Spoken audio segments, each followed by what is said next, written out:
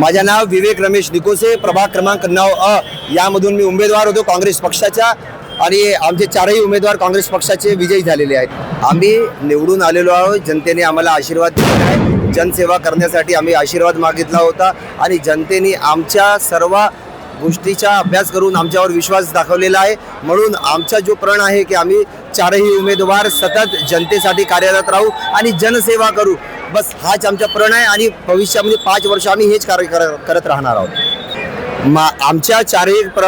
आमच्या प्रभागातील चारही उमेदवारांच्या विरोधात ज्या प्रकारे प्रचारामध्ये पैशाचा उतमाजी करण्यात आला, परंतु जनतेने पूर्णपणे आणि भरघोस कौल आमच्या पाठीमागे ठेवलेला आहे। त्यावरून हे दिसून येते की बाबासाहेबांच्या संविधान आणि लोकतंत्र आणि सर्वात मोठी गोष्ट मतदार जागरूक आहे।